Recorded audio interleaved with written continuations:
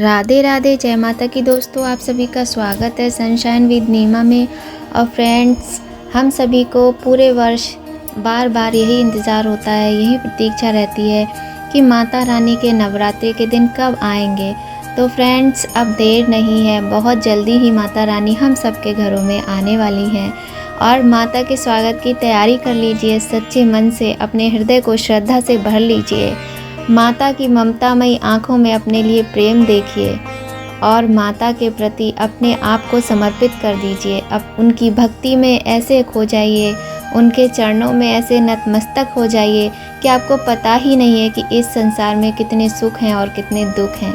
तो फ्रेंड्स, बहुत ही जल्दी, शीघ्र अतिशीघ्र, मात्र 2 दिन में माता की नवरात्रि आने वाली है। और आज हम आपके लिए इसलिए बहुत ही अच्छी वीडियो लेकर आए हैं, बहुत ही ज़्यादा महत्वपूर्ण वीडियो लेकर आए हैं, घट स्थापना का शुभ मुहूर्त। तो फ्रेंड्स, आज शुक्रवार है, 23 तारीख है, 24 और 25 2 दिन बचे हैं। 26 तारीख से माता के नवरात्रि प्रारंभ हो रहे हैं। और फ्रेंड्स, आइए जानते हैं कि 2022 में घट स्थापना, कलश स्थापना का मुहूर्त कब है। नवरात्रि में घट स्थापना का बहुत ही ज़्यादा महत्व होता है, ये आप सभी जानते हैं। और माता के जब नवरात्रि आते हैं या माता की किसी भी प्रकार की कोई भी पूजा होती है तो सबसे पहले हमें उसमें कलश की स्थापना करना अनिवार्य होता है। तत्पश्चात ही हम माता की आगे की पूजा प्रारंभ करते हैं। तो फ्रेंड्स, शारदीय नवरात्र प्रारंभ होने में अभी थोड़ा सा समय बाकी है, बहुत ज़्यादा नहीं बचा है। तो तैयारी कर लीजिए, माता की पूजा की, कलश स्थापना की तैयारी कर लीजिए। 2 दिन का समय है आपके पास। यदि किसी भी तरह की कोई पूजन सामग्री यदि आपके पास नहीं है, किसी चीज़ का कोई भी आपको ध्यान नहीं रहा है, तो अभी से उसकी लिस्ट बना लीजिए। एक एक चीज़ को नोट कर लीजिए कि आपको क्या लेकर आना है, अपनी मैया रानी को कैसे मनाना है। सबसे ज़्यादा तो माँ भाव की भूखी होती हैं। भगवान हमेशा प्रेम के प्यासे और भाव के भूखे होते हैं। ईश्वर को और कुछ नहीं चाहिए होता, ये तो हमारे अपने अपने मनाने का तरीका होता है। लेकिन जब हम घट स्थापना करते हैं, माता की चौकी सजाते हैं, अखंड जोत जगाते हैं और उनको भोग लगाते हैं और माता का पाठ करते हैं, आरती करते हैं, घंटी बजाते हैं, शंख की ध्वनि करते हैं, तो एक ऐसा वातावरण, एक ऐसा चारों ओर जो हमारा जो ऑरा होता है वो इतना ज़्यादा शुद्ध, इतना श्रद्धा से भर जाता है, इतना दैवीय हो जाता है कि प्रत्येक मनुष्य माता के प्रति नतमस्तक होने के लिए, उनकी भक्ति में खो जाने के लिए मजबूर हो जाता है। तो फ्रेंड्स, बहुत समय गवा दिया बातों में समय ना गवाते हुए हम आपको बताते हैं कि नवरात्रि पर 2022 में शारदीय नवरात्रि पर घट स्थापना का मुहूर्त क्या है। तो दोस्तों, आप सभी को पता है कि वर्ष में 4 नवरात्रि आते हैं। 2 गुप्त नवरात्रि होते हैं और 2 प्रत्यक्ष नवरात्रि होते हैं। आषाढ़ मास में और माघ मास में गुप्त नवरात्रि आते हैं। चैत्र मास में और आश्विन मास में प्रत्यक्ष नवरात्रि होते हैं। और ज़्यादातर लोग, हमारे पूरे भारतवर्ष में जो ये त्यौहार है बहुत ही धूमधाम से मनाया जाता है। बाकी त्यौहार आते हैं और चले जाते हैं, लेकिन मैया के ये 9 दिन ऐसे बाहर लेकर आते हैं कि बस इनमें खो जाने को जी चाहता है। और जब ये जाने लगते हैं ना, तो बहुत कष्ट होता है, हमें दुख होता है कि माँ की विदाई होने वाली है।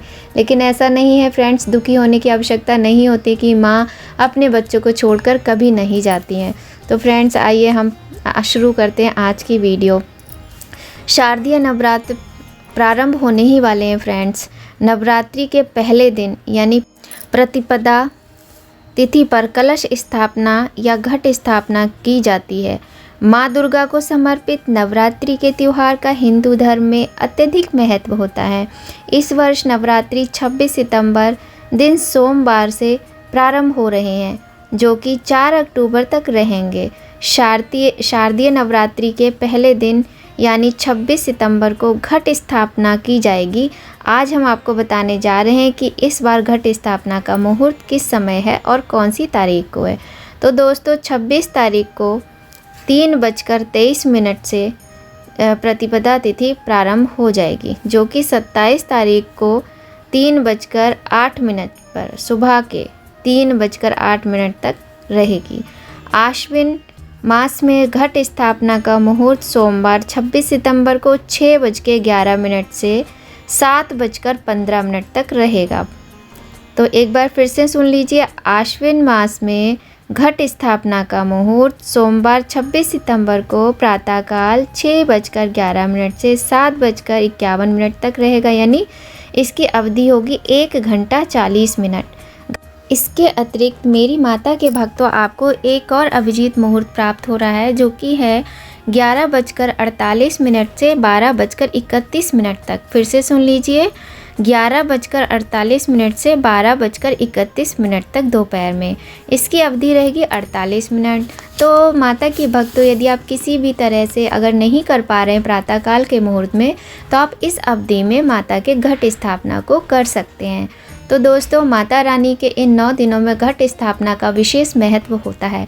घट यानी कि मिट्टी का घड़ा या फिर किसी और चीज़ का कलश, जैसे कि आप तांबे का ले सकते हैं, पीतल का ले सकते हैं, कांसे का ले सकते हैं, फूल का ले सकते हैं, लेकिन स्टील का या फिर लोहे का आपको नहीं लेना चाहिए। पूर्ण कोशिश करनी चाहिए कि आप स्टील और लोहे के कलश का इस्तेमाल ना करें। मिट्टी का कलश सर्वोत्तम बताया जाता है। तो फ्रेंड्स, जहाँ भी आपके घर में मंदिर है, ज़्यादातर बताया जाता है कि मंदिर सदैव ईशान कोण में ही होना चाहिए। पूजा का जो स्थान होता है वह उत्तर पूर्व की दिशा में ही होना चाहिए।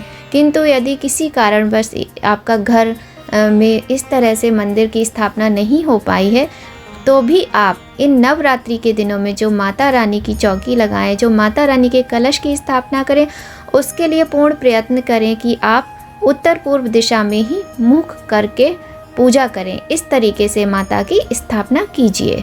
भले ही आपको किसी दूसरे रूम में करनी पड़े, दूसरे कमरे में करनी पड़े, और पूरी तरीके से स्वच्छता का ध्यान रखिए। माता को स्वच्छता, शुद्धता अत्यंत प्रिय है, तो उस चीज़ का आपको ध्यान रखना पड़ेगा। तो दोस्तों, आप माता की एक चौकी ले लीजिए, लकड़ी की चौकी ले लीजिए, और अगर चौकी नहीं है तो एक पटरा ले लीजिए। उसको आप अच्छे से ज़मीन, जो फर्श है, ज़मीन है आपकी, उसको अच्छे से गंगा जल छिड़क के शुद्ध जल से साफ़ कर लीजिए। उसके और पूरे घर में सफाई कर लीजिए सुबह से ही। उसके बाद आप स्वच्छ वस्त्र पहनिए। जब आप स्नान करें तो पानी में गंगा जल की 2-4 बूंदें अवश्य डाल लें। यदि थोड़ी सी हल्दी मिला सकते हैं तो बहुत ही उत्तम है, क्योंकि माता की पूजा में हल्दी भी उचित स्थान रखती है। बहुत ही ज़्यादा प्रिय होती है माता को हल्दी, और हल्दी जो होती है उसे बहुत ही पवित्र माना जाता है दोस्तों। तो उसके बाद आप चौकी या पटरा जो भी आपने लिया वो रखिए, और उसके ऊपर एक लाल रंग का कपड़ा बिछा लीजिए। माता को लाल रंग अत्यंत प्रिय है। उसके बाद उस चौकी के ऊपर माता रानी की आप एक प्रतिमा या फिर फ़ोटो रख सकते हैं, और जो भी आप फ़ोटो रखेंगे ना, उस पर एक चुन्नी लगाइए माता की सुंदर सी। और चुन्नी के अतिरिक्त यदि आप कोई भी साज श्रृंगार माता रानी का करना चाहते हैं तो आप बहुत ही सुंदर तरीके से कीजिए। माता रानी अत्यंत प्रसन्न होकर आपको इच्छित फल की प्राप्ति करवाती हैं। और यदि आपके पास माता रानी की प्रतिमा है तो अति उत्तम है, आप प्रतिमा को पूर्ण रूप से श्रद्धापूर्वक सजाइए, उनका श्रृंगार कीजिए और चुनरी अवश्य उड़ाइए। माता की पूजा में चुनरी का विशेष महत्व होता है। तो दोस्तों, गणेश जी को तो आप जानते हैं कि प्रथम पूज्य गणेश जी हैं, सारे विघ्न को दूर करने वाले, सारे अमंगल को दूर करने वाले हैं। तो सर्वप्रथम उनका पूजन आवश्यक होता है। यदि आपके पास गणेश जी की प्रतिमा है तो वो ले लीजिए, और नहीं है तो आप सुपारी में कलावा लपेट के गणेश जी बना लीजिए। और गौरी गणेश की स्थापना आप करेंगे, उसके बाद आप माता रानी की स्थापना करेंगे। और आप जब चौकी पे ये चीज़ें सजा लेंगे, मतलब, और माता को आप जो माता के जो आपने पटरा लगाया था या जो चौकी लगाई थी उसके नीचे आटा होता है गेहूं का, उससे आप एक सुंदर सा चौक बना लीजिए। उस चौक को हल्दी और रोली से सजाइए, और थोड़े से अक्षत या फिर थोड़े से गेहूं उस पर डाल के उसके ऊपर चौकी लगाइए। माफ़ कीजिएगा, मैं आपको पहले ये चीज़ बताना भूल गई थी। उसके बाद में आप चौकी के ऊपर भी थोड़े से अक्षत लेके रखिए। उसके ऊपर माता रानी की प्रतिमा या फिर माता रानी की जो तस्वीर है उसको विराजमान कीजिए, और गणेश जी को भी आप अक्षत का आसन दीजिए। संभव हो सके तो अक्षत को आप हल्दी से रंग लीजिए, और किसी चीज़ में मत रंगिएगा हल्दी, क्योंकि हल्दी जितनी शुभ मानी जाती है उतना शुभ कुछ भी नहीं होता है। आप चाहें तो रोली से भी कलर कर सकते हैं, लेकिन प्रयत्न कीजिए कि आप हल्दी से ही उन चावलों को रंगें। तो आप उनको आसन दे दीजिए। उसके बाद आप कलश के नीचे अष्टदल कमल बना लीजिए। यदि नहीं आता है तो आप सिंपल ऐसे ही चावल हल्दी से रंग के और चावलों को रख के ये आसन दिया जाता है। हम खाली चीज़ पर ऐसे खाली कपड़े पर या फिर खाली ज़मीन पे कलश स्थापित कभी भी नहीं करते हैं और ना ही हमें करना चाहिए। तो आप उनको भी अक्षत का आसन दे दीजिए। अष्टदल कमल बना लें तो बहुत ही उत्तम है। मुझे यदि समय मिला तो मैं आपके साथ अवश्य शेयर करूंगी कि कैसे बनाना है, नहीं तो आप सर्च कर लीजिएगा यूट्यूब पर और बड़ी ही आसानी से आप अष्टदल कमल बना सकते हैं। यदि नहीं समय है, समय का अभाव है, तो थोड़े से अक्षत ऐसे ही आप डाल लें। उसके ऊपर से आप एक कलश ले लें, मिट्टी का, तांबे का, पीतल का, जिस चीज़ का भी आपके पास उपलब्ध हो, बस लोहे का ना लें, इस चीज़ का ध्यान रखें। और संभव हो सके तो स्टील का भी इस्तेमाल ना करें। तो आप मिट्टी का कलश ले लीजिए, उसमें थोड़ा सा सबसे पहले गंगा जल डालिए, लौंग का जोड़ा, कपूर, इलायची और सुपारी, कमलगट्टा और लौंग, इलायची, सुपारी, कमलगट्टा, बताशा और ना अक्षत मैं इसलिए आपको नहीं बता रही हूँ और पान का पत्ता, क्योंकि क्या होता है कि 9 दिनों तक जब कलश रखा रहता है तो उसमें सड़न पैदा होने लग जाती है अक्षत के कारण, क्योंकि जो अक्षत होते हैं वो बहुत जल्दी ख़राब होने लग जाते हैं, भीग जाते हैं जब। तो इसलिए आप अक्षत उसके अंदर मत डालिए और थोड़ा सा इत्र ज़रूर डालिएगा, क्योंकि हर पूजा पाठ में हर देवी देवता को इत्र बहुत ही प्रिय होता है दोस्तों। तो इस तरीके से आप कलश को रख लीजिए। उसमें गंगा जल थोड़ा सा डालेंगे, बाकी शुद्ध जल से उसको भर लीजिए। जो उसका गला होता है ना घड़े का, वहाँ तक भर लीजिए और उसके गले में कलावा बांधिए सुंदर तरीके से।